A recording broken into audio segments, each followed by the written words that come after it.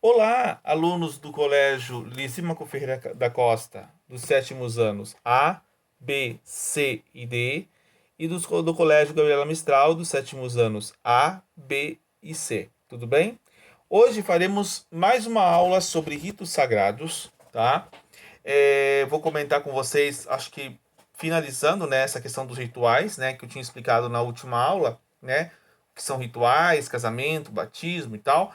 Então, para de uma maneira geral, tentar explicar de forma mais ampla agora, né, nesta aula, para nós finalizarmos essa questão do ritual e que daí na próxima semana, né, eu farei, né, na uma próxima semana ou na outra, eu farei um meet com vocês para dar a introdução ao conteúdo novo para o pessoal do Lisímaco, né?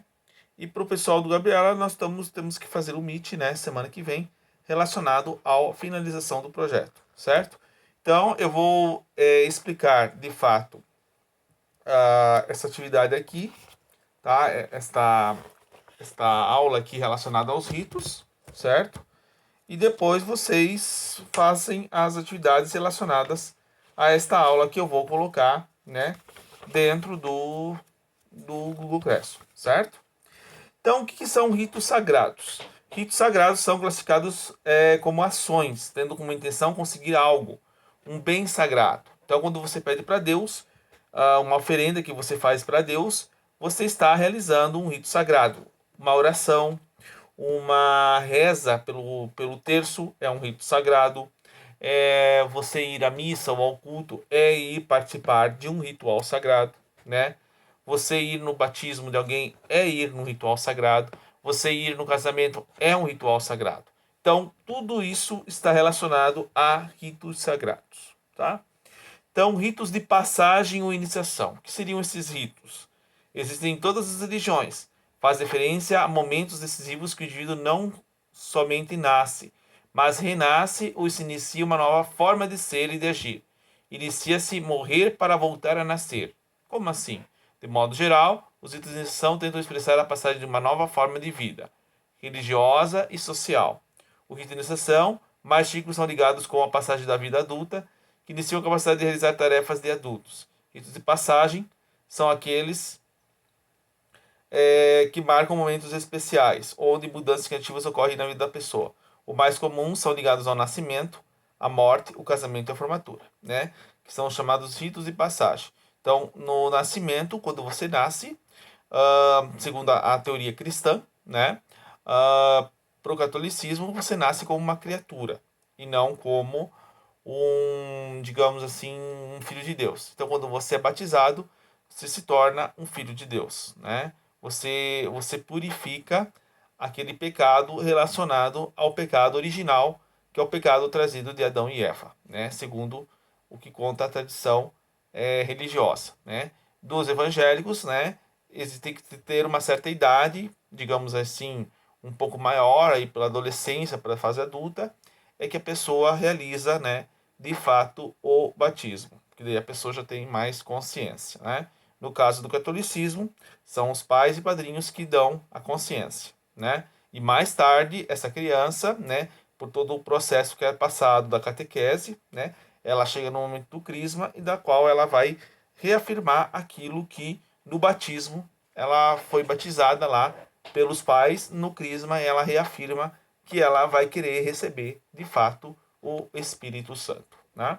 E em outros casos aí nós temos outros ritos de passagem, por exemplo, a morte, né, que seria o ritual fúnebre, né? Ah, geralmente algumas religiões fazem a unção dos enfermos, né? No caso do catolicismo, que unge a extrema unção para a pessoa poder ir para uma outra vida, ou de fato a pessoa, né, ela recebe a presença de um líder religioso para dar as últimas, né, falar dos últimos pecados, o arrependimento dos pecados, para que possa, digamos, ir para uma vida eterna, né, ou uma reencarnação, quem sabe, não se sabe. O casamento, então, seria a passagem, né, do momento em que a pessoa deixa de ser somente ela, solteira, né, sozinha, e passa a viver junto com uma outra pessoa, né? Então, elas se unem, né, casam-se e têm filhos. Então, é a formação da família, né? o início para a pessoa poder criar, né, e formar uma nova família através do casamento, que seria um ritual de passagem. E a formatura é o ritual, né, não religioso, mas um ritual cívico relacionado à ideia de que a pessoa antes para ela se tornar um profissional, ela se torna um médico, um advogado, um professor, então ela tem que passar por um processo de, de ritual de profissionalização, né, para se tornar uma pessoa, ter uma profissão, né, dentro do mercado de trabalho. Isso espero que todos aqui que estão ouvindo esta aula um dia possam, né, lá no futuro bem distante, lá depois do ensino médio, na faculdade, vocês possam, né, também se formar em alguma coisa, né? Os ritos mortuários são ações simbólicas para significar a passagem desta vida para outro de modo ser. Os ritos mortuários são presentes em todas as sociedades e mesmo compreendidos de maneira diferente, cumprem sua função em diferentes grupos. A função do rito fúnebre é sempre a mesma: facilitar a passagem para outra vida, pois os indivíduos sabem que a morte determina o fim da existência corporal. Na África, os antepassados permanecem como tutores dos vivos, assim o culto dos mortos é muito importante, pois a reafirmação da imortalidade da grande família, onde já nasceram os vivos e os mortos. Então, algumas tradições religiosas ainda cultuam a morte, né? Nós vamos ter agora, dia 2 de novembro, o Dia dos Finados, que é o dia onde se faz o culto às pessoas que já morreram, né? As pessoas que já partiram, né? Os católicos vão ao cemitério levar flores para os seus entes queridos, né? E os evangélicos fazem todo um ritual também para lembrar das pessoas que foram para outra vida, né? E outras religiões, por exemplo, cremam os corpos, né? Que usam-se a questão de guardar as cinzas, outros, né, enterram, outros, né, fazem outros tipos de situação com relação à morte, né? Então, de fato, para a maior parte das religiões, a morte não é o fim, né? Ela é uma passagem para uma outra situação, para um outro estágio onde nós vamos viver em uma outra dimensão, né? Não se sabe ao certo como que isso ocorre, né? Ninguém sabe até hoje, de fato verídico, como é que existe o outro lado, né? Os ritos propiciatórios são aqueles que tornam propício, que tem a função de atrair ou readquirir o favor ou a bondade de um ser sobrenatural. É uma ação para agraciar essa divindade, para aplacar a ira da justiça divina, para obter o perdão da culpa, entre outros. É a expiação das faltas cometidas. Então é o rito de penitência, né? Você vai muitas vezes pedir penitência por um pecado que você cometeu e você tem que pagar uma pena, né? Pagar uma promessa, pagar alguma coisa, oferecer uma coisa aos deuses para que você possa se livrar, né, de tal situação, né? De você ter a libertação, né, de fato daquilo. Ritos de magia. Os rituais sempre são impregnados de certas qualidades mágicas, mantidas por meio de crenças das pessoas.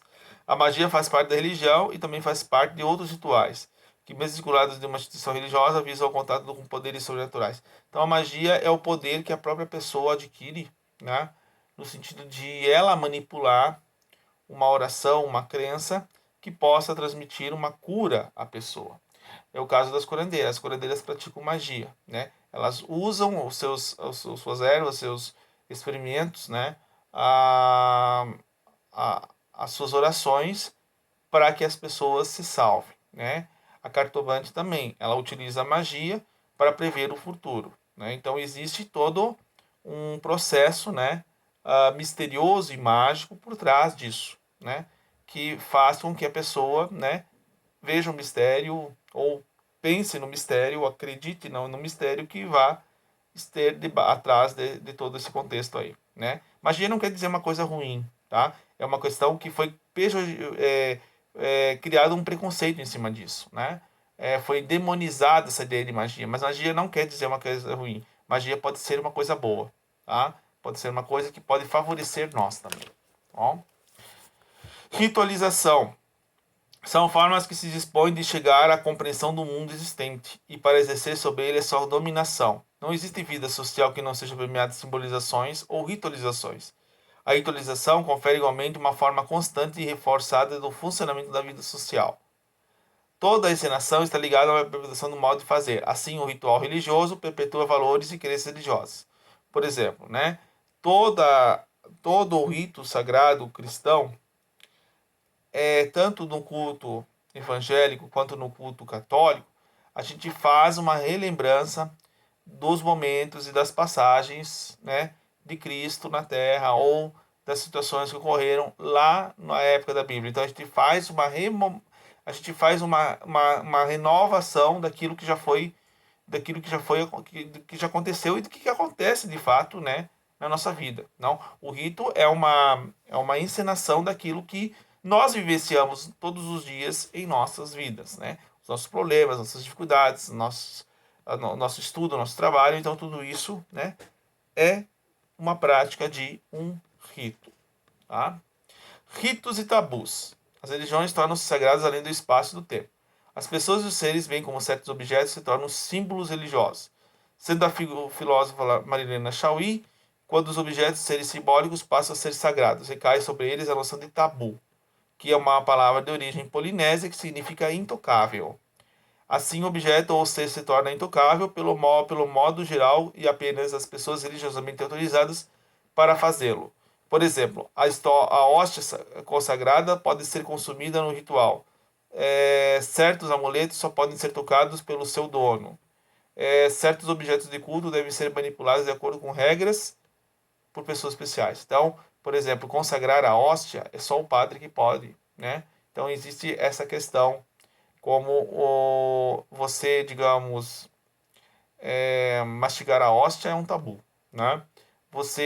Antigamente, as pessoas que usavam tatuagens, né, no corpo, né, que hoje é muito frequente as pessoas usarem tatuagens, hoje, antigamente era tabu a pessoa ter desenhos nos corpos. As pessoas não podiam nem fazer concurso público na época, nem prestar um curso, de fato, quando tinha tatuagem. Isso não é muito tempo não, gente. Não, é menos de 10 anos atrás, as pessoas que tinham tatuagem não podiam, né, exercer uma profissão, né? E hoje, né, todo mundo tem, quase, né? Eu não tenho, porque de fato eu não curto esse tipo de coisa. Mas as pessoas não podiam ter, né? As pessoas não podiam ter aquelas piercing, né, no nariz ou nas partes do corpo, né? Hoje todo mundo tem isso, mas antigamente isso era um tabu, né? Então tudo isso mostra que existe, né, de fato, uma tradição que, se você fizer uma coisa errada dentro de um contexto cultural religioso, isso se torna um tabu, é uma proibição, né? Aquilo que você não deve fazer, né? Antigamente se proibia, né, a pessoa de fato entrar de shorts na igreja, certo? Isso era um tabu, então a pessoa tinha que cobrir o corpo, né? As mulheres antigamente tinham que entrar de véu na igreja para poder prestar o culto a Deus, né? Hoje não, hoje qualquer um pode ir com a cabeça descoberta, né? Mas antigamente isso era um tabu se a mulher não fosse com o cabelo coberto. É o caso do islamismo, né? Que entrar numa mesquita até hoje, né? As pessoas têm que cobrir a cabeça, as mulheres têm que cobrir a cabeça para entrar dentro desses lugares. Então, existe de fato, né, certos tabus que foram quebrados por algumas religiões e outros que ainda continuam existindo. Então, existe essa situação, né, de que é uma proibição, aquilo que é errado é quebrado, é distorcido, né? Então, isso tudo mostra, né, de fato, uma situação. Eu, por exemplo, não consigo entrar com roupa curta dentro da igreja. Eu tenho isso comigo desde da minha formação. Então, de fato, eu sempre procuro colocar a melhor roupa, né, para ir à missa, digamos, ou ir ao culto, né? Porque, de fato, eu acho que a gente tem que ter um certo respeito, né, com uma questão sagrada. Então, isso a gente traz da nossa tradição, né, da nossa cultura, né? Essa ideia de que de certa vestimenta, certa situação que se pode ser usada ou não, né? Além dos rituais, das ações, nós temos as comidas, né, que são sagradas, né? Para muitas religiões não se come carne, para alguns, né, o pão e o vinho, para outros o milho, para outros é, um outro tipo de comida, uma fruta pode ser sagrada, né? Um instrumento musical, digamos um atabaque, nas religiões do candomblé e da Umbanda, que seria conhecido por vocês como macumba, né? Que é o próprio atabaque, é o próprio instrumento, né? Que o tambor lá, que a pessoa bate, aquilo ali é macumba, né? Esta é a verdadeira macumba, é o instrumento musical usado dentro de um ritual religioso, né? E aí ficou com o nome pejorativo, pensando que é uma questão de trabalho, coisa contra os outros. Não, mas isso aí está dentro de um processo cultural, né? O cálice, de fato, né? Que o padre toma é um objeto sagrado. A cerâmica, né? Também, em algumas religiões. O maracá, que é um instrumento indígena, né? Que é o chocalho, né? De fato, que seria um instrumento para a pessoa fazer o ritual da dança, né? As imagens, né? Também são sagradas para algumas religiões, né? Que representam, né? A divindade dentro do contexto sagrado, né? As penas dos índios, as tornozeleiras, né? Os chapéus dos índios, isso é sagrado. Então são instrumentos, são objetos, né? Vestimentas, né? Que cada um usa aí, que tem um processo de ritual e situação sagrada, tá? Então isso nas diversas tradições, né? Dá para se entender de fato o que é um ritual sagrado. Não sei se foi bem claro a minha explicação, né? Qualquer coisa vocês pesquisem aí, né? Tentem pesquisar de fato o que seria, né? O que conhece por ritos e rituais, certo? Eu desejo a todos um grande abraço e até a próxima semana.